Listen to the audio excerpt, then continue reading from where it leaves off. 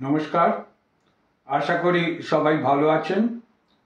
আমি সুরজিৎ মিত্র আমার না বলা কথার নতুন ব্লগে আপনাদের স্বাগত জানাচ্ছি। কিছুদিন আগে সারা ভারতে অনেকগুলো স্টেটেই উপনির্বাচন হয়ে গেল এবং তার সঙ্গে সঙ্গে ঝাড়খণ্ড এবং মহারাষ্ট্রের বিধানসভা নির্বাচনও হয়ে গেল। এ রাজ্যের 6টা বিধানসভা নির্বাচন হলো এবং সেই 6টাতেই তৃণমূল কংগ্রেস তারা জিতেছে এবং সেই নিয়ে তারা অনেক উল্লসিত এবং কেউ কেউ তাদের বলতে আরম্ভ করেছে যে আমরা 2026-এ 230-এর ওপর পাবো, বা অনেকেই অনেক কমেন্টস করছে। আমি যেটা বলতে চাই সেটা হচ্ছে যে উপনির্বাচন আর সামগ্রিকভাবে বিধানসভা নির্বাচন দুটোর পার্সপেক্টিভ আলাদা এবং এই দুটোকে মেলানো খুব মুশকিল। উপনির্বাচনে যেহেতু সরকারের পরিবর্তন হবার সুযোগ থাকে না, ফলে এই উপনির্বাচনগুলো সাধারণত তার রেজাল্ট শাসক দলের পক্ষেই যায় এবং এটা শুধু যে পশ্চিমবঙ্গে ঘটেছে তা নয়। উত্তরপ্রদেশে 11টার মধ্যে 9টা বিজেপি পেয়েছে, বিহারেও বিজেপি এবং তার জোট পেয়েছে, আবার কর্ণাটকে যেহেতু কংগ্রেসের সরকার সেখানে যে 3টে উপনির্বাচন হয়েছে কংগ্রেসই জিতেছে।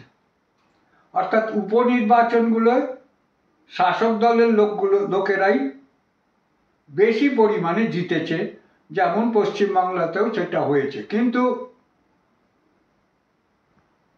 ঝাড়খণ্ডের বিধানসভা নির্বাচন হলো, সেখানে কিন্তু বিজেপি পরাজিত হলো এবং তাদের সিট এর আগের বারের থেকেও কমে যায়। ঝাড়খণ্ড এবং বিহার তো একদম লাগোয়া রাজ্য, একটা সময় একটাই ছিল, অথচ বিহার এবং ঝাড়খণ্ডের নির্বাচনের প্যাটার্ন আলাদা, কারণ বিধানসভা নির্বাচনে সরকার পরিবর্তনের সুযোগ থাকে, ফলে যারা ভোট দান করে তারা সেই অবস্থায় কাদের সরকারকে চায় সেটাকে ভেবেই তারা ভোট দেয়। আবার মহারাষ্ট্রে যেটা দেখা গেল সেটা হচ্ছে যে বিজেপি এবং তার জোট একটা ম্যাসিভ ভিক্টরি পেল, যেটা অনেকেই এক্সপেক্ট করেননি, কিন্তু দেখা গেল তারা এই ম্যাসিভ ভিক্টরি তাদের হলো মহারাষ্ট্রে। আসলে এইসব দক্ষিণপন্থী দলগুলো এদের নেতাকে সামনে রেখেই নির্বাচন হয় এবং বিজেপির বর্তমানে অবিসংবাদী নেতা হচ্ছে মোদি এবং এই জোট অনেকটাই সংহত। তুলনামূলকভাবে রাহুল গান্ধী কিন্তু এখনো পর্যন্ত সেই অবিসংবাদী নেতা কংগ্রেসের হয়ে উঠতে পারেননি। কংগ্রেসের নানা উপদল আছে এবং তারা তাদের নিজেদের মতোই তাদের রাজ্যে পরিচালনা করে, সেখানে রাহুল গান্ধীর যে নেতৃত্ব সেটা খুব একটা যে খাটে তা নয়।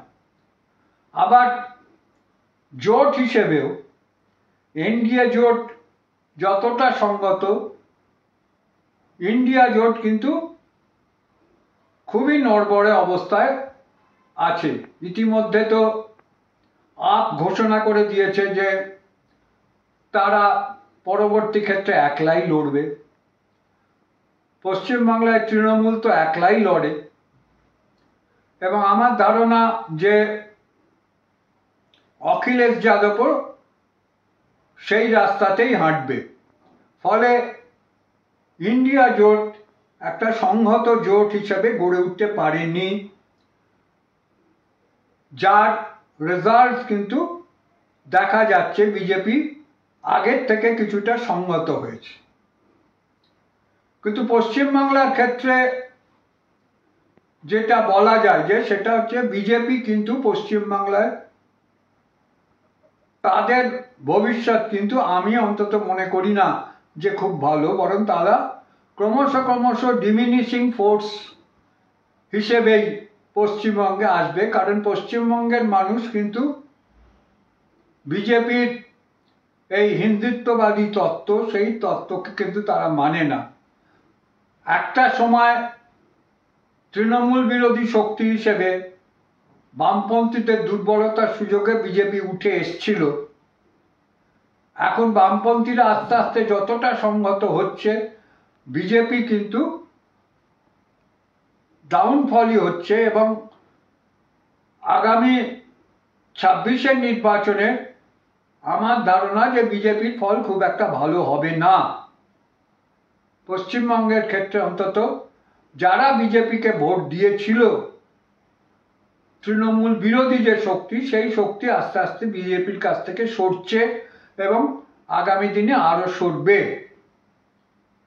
বামপন্থীদের ক্ষেত্রে